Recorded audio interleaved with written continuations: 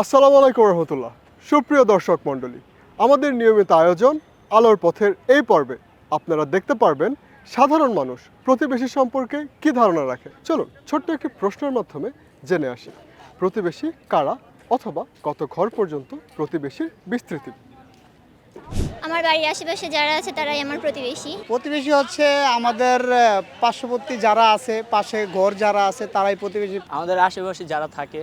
কয়েকজন প্রশ্নের আংশিক উত্তর দিতে পেরেছেন, কিন্তু সম্পূর্ণ উত্তর আমরা এখনো পাইনি।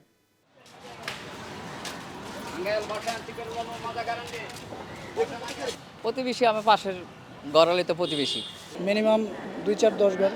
এই কত 5-6 ঘর। যেমন আমাদের 2-3 ঘর 2-3 বাড়ি এরকম পর্যন্ত।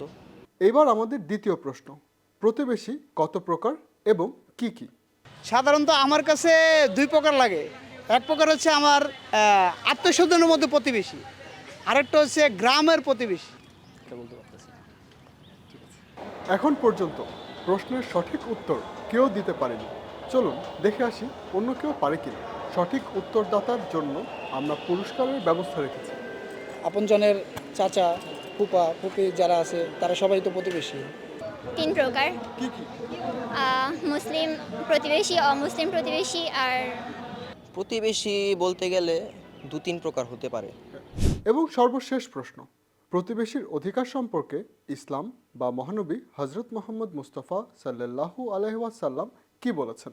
প্রতিবেশী অধিকার সম্পর্কে হযরত মুহাম্মদ সাল্লাল্লাহু আলাইহি ওয়াসাল্লাম বলেছেন, আমাদের ওয়ারিসদের সমান অধিকার আমাদের প্রতিবেশীরা পাবে। প্রতিবেশীর হক আছে, আমাদের কাছে প্রতিবেশীর হক আছে। নবীজি নিজেও বলছে প্রতিবেশীকে হক দেওয়ার জন্য। প্রতিবেশীর অধিকার হচ্ছে আমি যদি খেয়ে থাকি, আমার পার্শ্ববর্তী প্রতিবেশী যদি আমার পাশের ঘর যদি না খেয়ে থাকে, আমার খানার এখান থেকে আমার যদি একবেলা স্টক খাবার থাকে ওইটা প্রতিবেশীকে দেওয়ার কথা বলেছে, সাহায্য করতে বলছেন।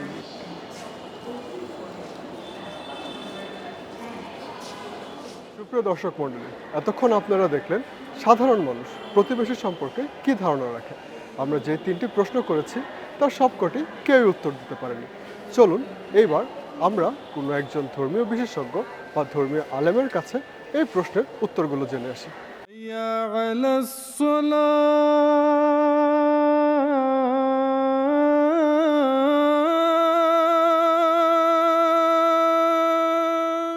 প্রথম প্রশ্নটি ছিল, তার উত্তর হচ্ছে আমাদের চারপাশে যারা থাকেন তারাই আমাদের প্রতিবেশী। আর প্রতিবেশী কত ঘর পর্যন্ত, এটা রাসূলুল্লাহ সাল্লাল্লাহু আলাইহি সাল্লামের হাদিস থেকে জানা যায়।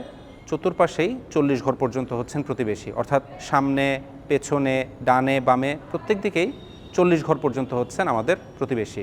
দ্বিতীয় যে প্রশ্নটি, অর্থাৎ প্রতিবেশী কত প্রকার এবং কি কি, হাদিস পাঠে জানা যায় যে প্রতিবেশী মূলত 3 ধরনের হয়ে থাকেন।